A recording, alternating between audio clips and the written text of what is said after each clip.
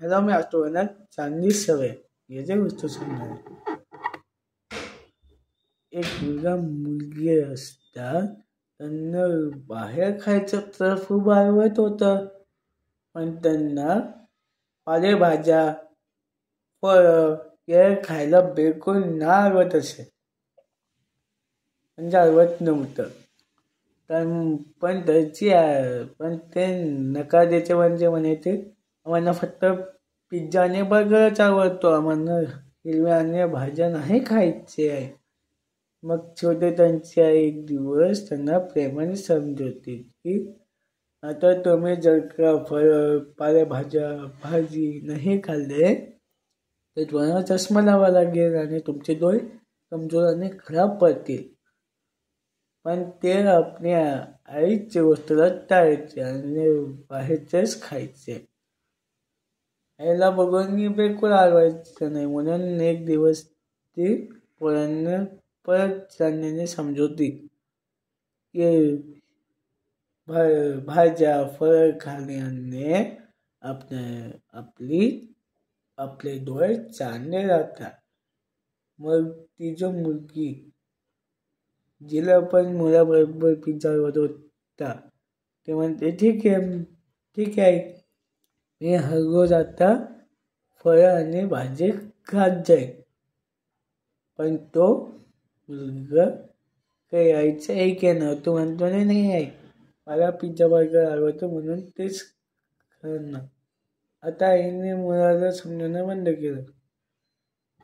ती मुली हिरवी भाजी आणि फळं खात होती आणि इकडे तो मुलगा पिझ्झा बर्गरच खातायला.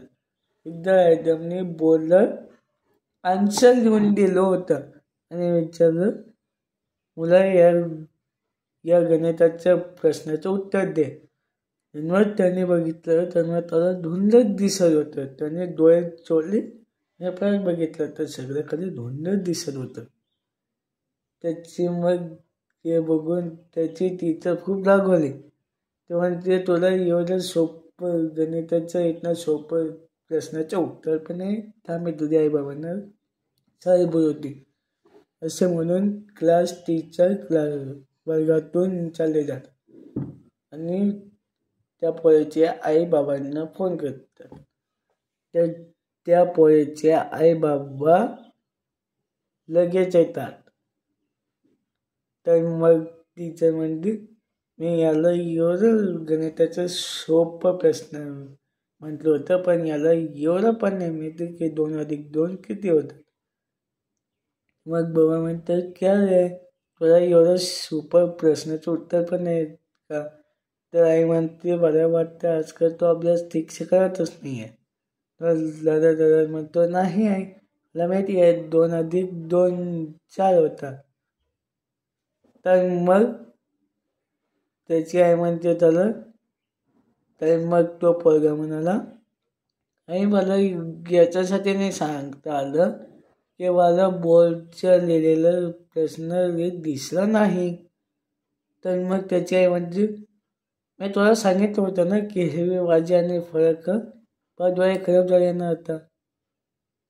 तर मग त्याला जेव्हा खूप रडू येतं तेव्हा आईला कळून जातं की आपल्या मुलाला आपली चूक कळलेली आहे. तर मग ते चांदीने समजवते. ते म्हणते ठीक आहे जो झालं ते झालं, पण मला वाटतं तू परत हिरवे पालेभाज्या खाशील तर मग मोठे तुझे डोळे परत चांगले होतील. तर त्याचे बाबा म्हणतात चल त्यापर्यंत मी तुला चष्मा लावून देतो. त्याच्या आईबाबांनी असं म्हटल्यावर त्यांनी रडणं बंद केलं आणि बाबा चष्मेच्या दुकानात जाऊन त्याच्या नंबरचा चष्मा म्हणून त्याला घालून दिलं.